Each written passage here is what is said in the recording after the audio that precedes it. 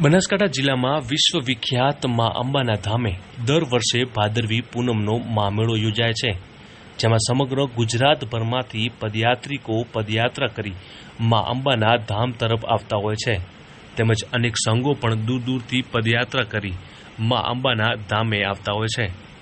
ત્યારે છેલ્લા 23 વર્ષથી રાજકોટથી અંબાજી પગપાળા યાત્રા કરી 125 લોકો સંઘ સાથે મા અંબાના ધામે આવતા હોય છે. અને આ સંઘ જ્યારે અંબાજી ખાતે પહોંચે છે ત્યારે આ સંઘ લોકો માટે આકર્ષણનું કેન્દ્ર બને છે. જય માતાજી, જય અંબે.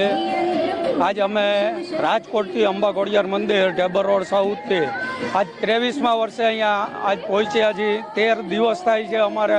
અમારા સંઘમાં 125 જેવી સંખ્યા છે. માતાજીની દયાથી અમારે ઘરનું રસોડું જ જમીએ છીએ, અમારા ઉતારે જ જમીએ છીએ. અને અમારે રોજે રોજ 15 દિવસના ટોટલી એકો એક ડ્રેસ અલગ હોય છે, એકો એક કપડાં અલગ હોય છે કે જેથી કરી આજ માના પ્રસંગમાં જવાનું છે. એ દ્રષ્ટિએથી, એ ભાવનાથી અને માને ખુશ કરવા માટે કે મા અંબા ખુદ અમારા આજ માતાજીના મંદિરે આવી અને નોરતામાં ગરબા રમે એ માટે થઈ અમે પ્રયત્ન કરીએ છીએ.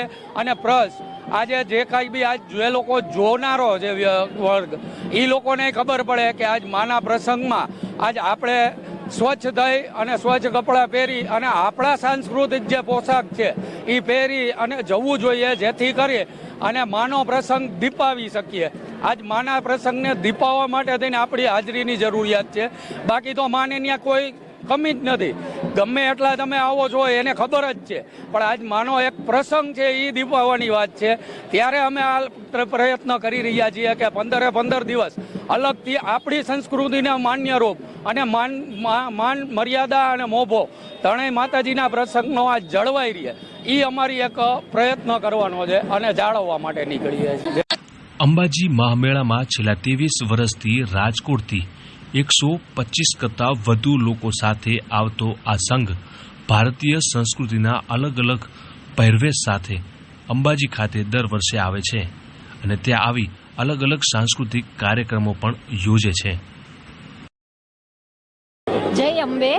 અમે અંબા ખોડિયાર મંદિરેથી રાજકોટ ઢેબર રોડ સાઉથ જકાત નાકા પાસેથી અમે નીકળીએ છીએ.